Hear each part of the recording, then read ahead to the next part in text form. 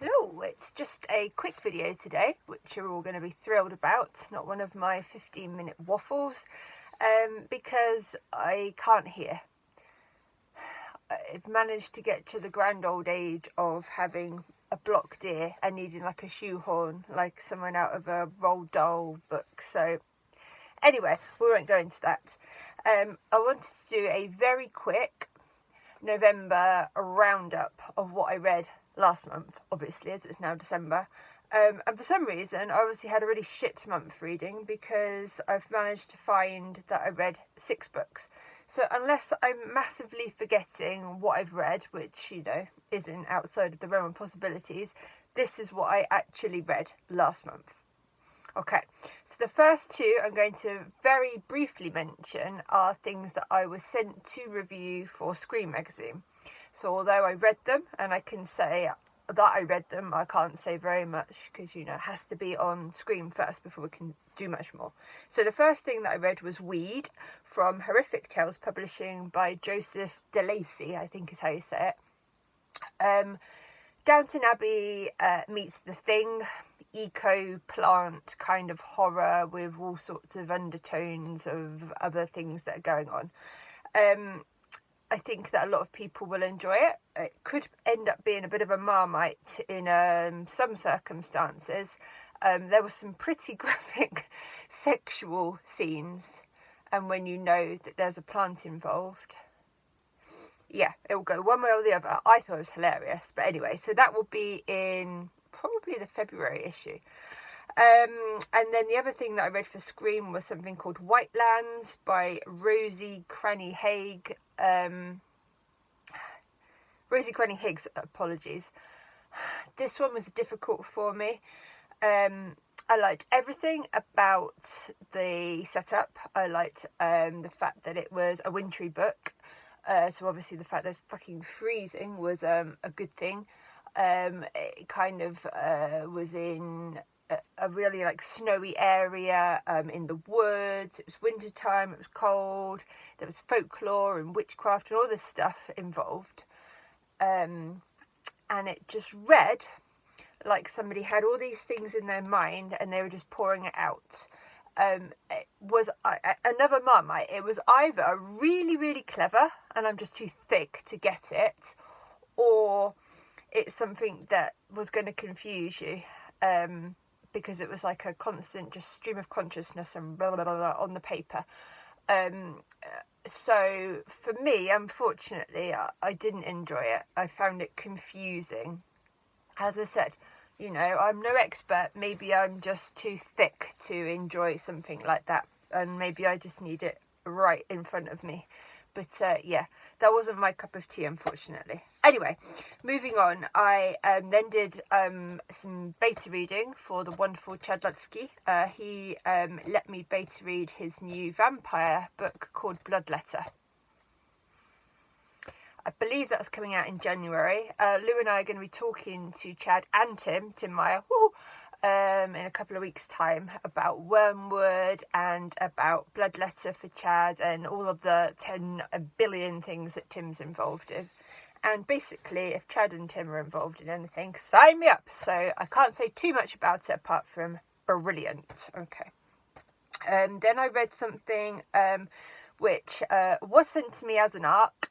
But by the time I got around to reading it and everything, it was out because it was released early, and that was the Survive With Me anthology that Glenn Rolfe put together for charity. I've completely forgotten how many stories were in there. So it was about 12 or 15 stories. It was brilliant anyway. Every single story was good. And they went from a 3 up to a 5-star rating within it. So I gave the whole thing a 5-star overall, specifically because it's for charity as well.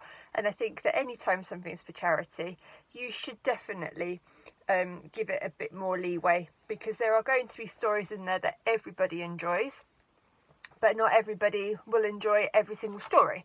For me, it was obvious that my favourites were going to be Hunter Shay's, Chad Lutsky's, Brian Moreland's, and they did not fail to deliver. Hunter's in particular was just brilliant. but then it would be for me. It was the first story that I chose as soon as I saw his name, and it was the best, and that's that. Okay. Then I watched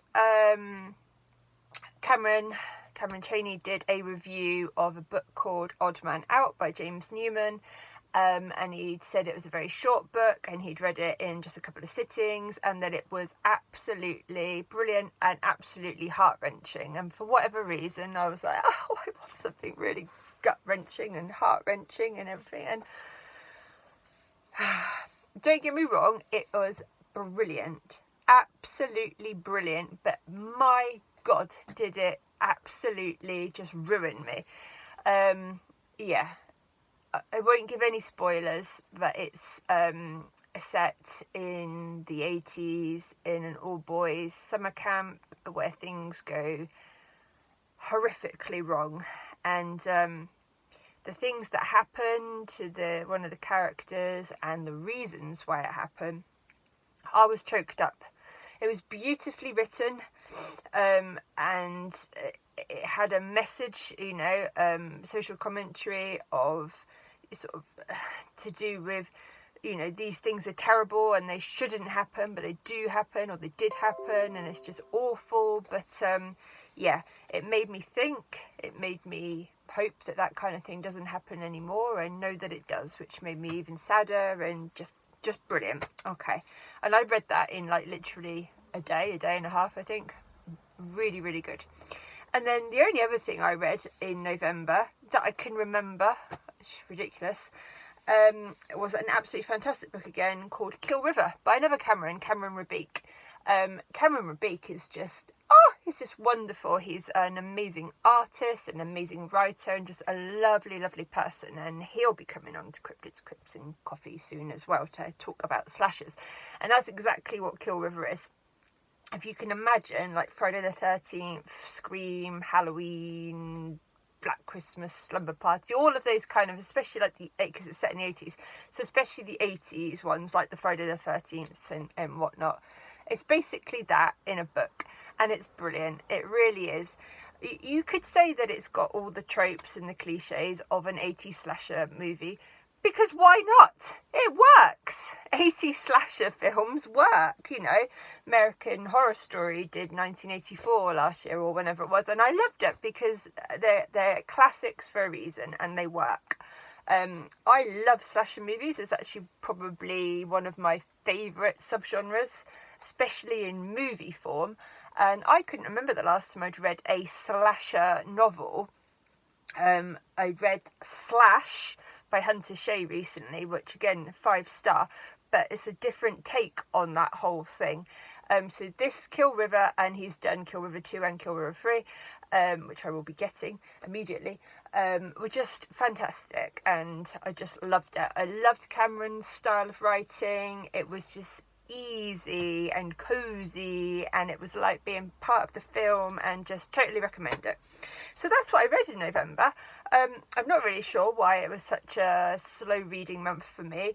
I guess when you're beta reading, you're kind of taking more in because you're trying to find extra things to be able to say back to the writer. Although if you're a beta reader for someone like Chad Lutzke, you literally sit there thinking, what am I supposed to say? Because this is just brilliant already.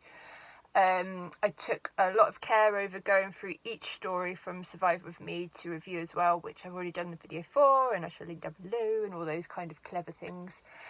I'm not sure if I've got any news that's happened in the last week or so. Trying to think. I had my story, Should Have Gone to Vegas, formally accepted for the new Candisha Press, The One That Got Away Volume 3, which will be coming out sometime next year. Hopefully, Jill will be able to get that ready for February, which is Women in Horror Month, so that would be amazing. So I'm really proud to continue to be part of the Candisha family and support them. Struggling to think if I've got anything else to tell you. I might have some news in the next few days, but not quite yet. And that's it, I think. So there we go. I promised that it wouldn't be very long. or particularly interesting this time. But what I have been doing is focusing a hell of a lot more on the bloody novella, which is going really well and I'm really proud of it, but it just takes so long. It takes so long when you work and you're a mama and there's like Christmas things to get ready, cards to write, stuff all of to do.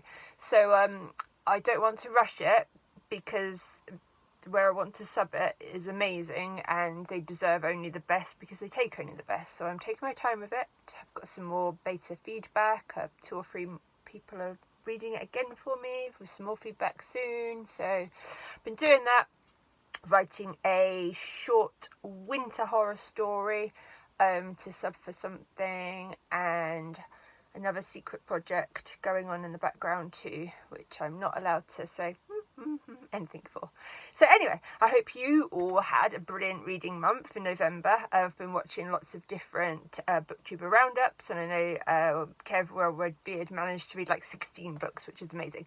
Anyway, I'm hoping to read a few more in December. At the moment, I am reading Tome by Ross Jeffrey with Ben Long on a buddy read, and oh my god, is all I'm going to say for that one. I'm like just over halfway through. Amazing, absolutely amazing. If Sadie wasn't already doing a review for Scream, then I would be asking if I could do this one for Scream. It's that good. That's what I'm going to say. Okay, so again, thank you very much for listening. Make sure that you're subscribing and buy all the books I talk about. Bye.